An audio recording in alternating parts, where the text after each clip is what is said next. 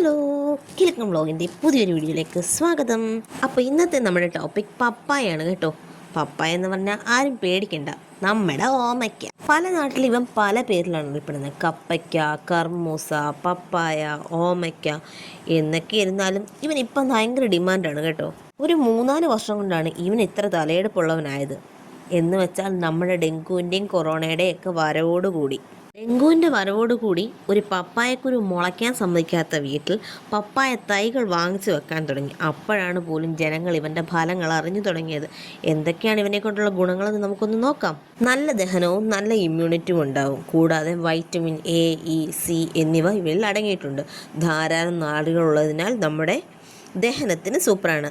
അത് തന്നെയല്ല, ഇതിനകത്ത് പോപ്പൈൻ എന്ന ഒരു കണ്ടൻറ്റ് കൂടി അടങ്ങിയിട്ടുണ്ട്. ചർമ്മരോഗത്തിനും കണ്ണിനും ഹൃദയത്തിനുമെല്ലാം ഇവൻ ഉത്തമൻ തന്നെ. പണ്ടേ നമ്മുടെ പറമ്പിൽ പപ്പായയ്ക്ക് യാതൊരു കുറവുമില്ല, നമ്മൾ ഉപയോഗിക്കുകയും ചെയ്യും. ഇന്ന് ഞാനൊരു പപ്പായ ഷേക്ക് നിങ്ങളെ പരിചയപ്പെടുത്താം കേട്ടോ. കട്ട് ചെയ്ത് വെച്ച പപ്പായ, ഇത് നമ്മുടെ തൊടിയിലെ പപ്പായ തന്നെയാണ്. ഇത് നാടൻ പപ്പായ കേട്ടോ. പപ്പായ പലതരമുണ്ട്. ഇപ്പം നമ്മൾ മാർക്കറ്റിൽ നിന്ന് വാങ്ങിക്കുന്നത് റെഡ് ലേഡി പപ്പായയാണ് കേട്ടോ. അവന് നല്ല നിറമാണ്. നമ്മുടെ നാടൻ പപ്പായയെക്കാട്ടിൽ കട്ടിയും കൂടുതലാണ്. പപ്പായയുടെ ഇലയും കറയും എല്ലാം ഔഷധ ഗുണമുള്ളതാണ് കേട്ടോ. പപ്പായയുടെ കറ പല മെഡിസിൻസിനും ഉപയോഗിക്കുന്നുണ്ട്. പിന്നെ നമ്മുടെ ചർമ്മ സംരക്ഷണത്തിന് പപ്പായ നല്ലൊരു റെമഡിയാണ്. സാധാരണഗതിയിൽ നമുക്ക് വരുന്ന സണ്ടാനൊക്കെ മാറാനായിട്ട് നമ്മുടെ വീട്ടിൽ തന്നെയുള്ള പഴുത്ത പപ്പായ ഉടച്ച് മുഖത്ത് പുരട്ടുകയാണെന്നുണ്ടെങ്കിൽ അതൊക്കെ നല്ല രീതിയിൽ മാറിക്കിട്ടും കേട്ടോ.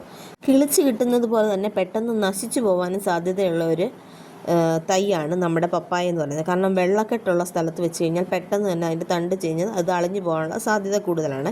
നമ്മുടെ പപ്പായ നമ്മൾ കട്ട് ചെയ്തെടുക്കുന്നതെന്ന് ഷേക്കിന് വേണ്ടിയാണ്.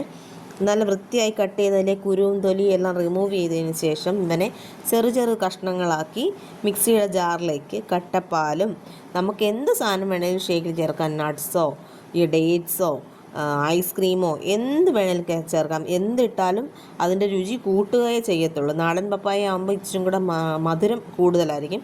ഷുഗർ വേണ്ടവർക്ക് മാത്രം ചേർത്ത് വെച്ചാൽ മതി. ഷുഗർ വേണ്ടാത്തവരാണെന്നുണ്ടെങ്കിൽ കുറച്ച് ഹണിയോ എന്തെങ്കിലും നമുക്ക് ചേർക്കാവുന്നതാണ്. ഇതിലേക്ക് നമ്മൾ എന്താ ചെയ്യുന്നതെന്ന് വെച്ച് കഴിഞ്ഞാൽ ഞാനിടുന്നത് കട്ടപ്പാലും പഞ്ചസാരയും ഡേറ്റ്സും അണ്ടിപ്പരിപ്പും നമ്മുടെ പപ്പായയും കൂടെ ഇട്ട് മിക്സിയിൽ നല്ല അടിപൊളിയായിട്ട് ബ്ലെൻഡ് ചെയ്ത് എടുക്കുക. നല്ല രീതി നല്ല കൊഴുത്ത കൺസിസ്റ്റൻസിയിലായിരിക്കും. പിന്നെ ഇച്ചിരി ആഡംബരത്തിനായിക്കോട്ടെ എന്ന് കരുതിയാണ് പഴുത്ത പപ്പായ ഒരുപാട് റെസിപ്പികൾ ഉണ്ടാക്കാൻ പറ്റും. പച്ചപ്പപ്പായ കൊണ്ട് തോരന്, മെഴുക്ക് പുരട്ടി, അസ്ത്രം, എരിശ്ശേരി, എന്ത് പറയാനാ. ഇങ്ങേ അറ്റം വന്ന് നമുക്ക് പപ്പായ വെച്ച് ബജ്ജി വരെ ഉണ്ടാക്കാം. നമ്മൾ സാധാരണ മുളക് ബജ്ജിയൊക്കെ ഉണ്ടാക്കി കഴിക്കുന്ന അതേ ടേസ്റ്റിൽ പപ്പായ ആണോ എന്ന് പോലും നമുക്ക് തോന്നാത്ത രീതിയിൽ നമുക്ക് ബജ്ജി ഉണ്ടാക്കി എടുക്കാൻ പറ്റും. പിന്നെ നമ്മൾ ഏത് സ്വീറ്റ്സ് ഐറ്റത്തിലും ഉപയോഗിക്കുന്ന ടൂട്ടി ഫ്രൂട്ടി ഉണ്ടാക്കുന്നത് പപ്പായ കൊണ്ടാണ്. അങ്ങനെ എണ്ണിയാൽ തീരാത്തോളം റെസിപ്പികൾ നമുക്ക് പപ്പായ കൊണ്ട് ഉണ്ടാക്കിയെടുക്കാവുന്നതാണ്. എൻ്റെ ഈ വീഡിയോ ഇഷ്ടപ്പെട്ടെങ്കിൽ സബ്സ്ക്രൈബ് ചെയ്യാനും ലൈക്ക് ചെയ്യാനും ഷെയർ ചെയ്യാനും മറന്നു പോകല്ലേ. പിന്നെ ഓൾ ബട്ടൺ കൂടി ഒന്ന് ഞെക്കിയേക്കണേ. പുതിയൊരു വീഡിയോയുമായി വരുന്നതാണ്. Bye bye.